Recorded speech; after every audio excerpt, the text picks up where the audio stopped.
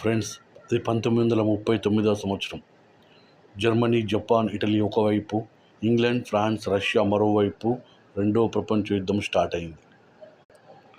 యుద్ధం మొదట్లో Germany, Italy, Japan గెలుస్తున్నాయి.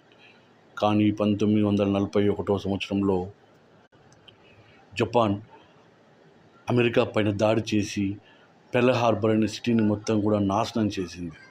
దానికి ప్రతీకారంగా అమెరికా రెండవ ప్రపంచ యుద్ధంలో ప్రవేశించింది.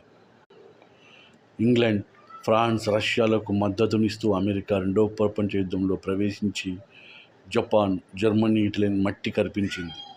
1945వ సంవత్సరంలో అమెరికా జపాన్లోని హిరోషిమా నగరం పైన వేసిన అణుబాంబు తాలూకా ఫోటో ఇది. దీని యొక్క తీవ్రత మనకు ఆకాశంలో ఎలా కనబడుతుందో చూడండి ఫ్రెండ్స్. 1945 ఆగస్టు 6న హిరోషిమా నగరం పైన, ఆగస్టు 9న నాగసాకి నగరం పైన అమెరికా, జపాన్లో వేసిన అణుబాంబులు ప్రపంచాన్ని దిగ్భ్రాంతి చేశాయి. మొట్టమొదటిసారిగా అణుబాంబు వేసిన దేశం అమెరికా, అది కూడా జపాన్ పైన, రెండుసార్లు రెండవ ప్రపంచ యుద్ధంలోనే.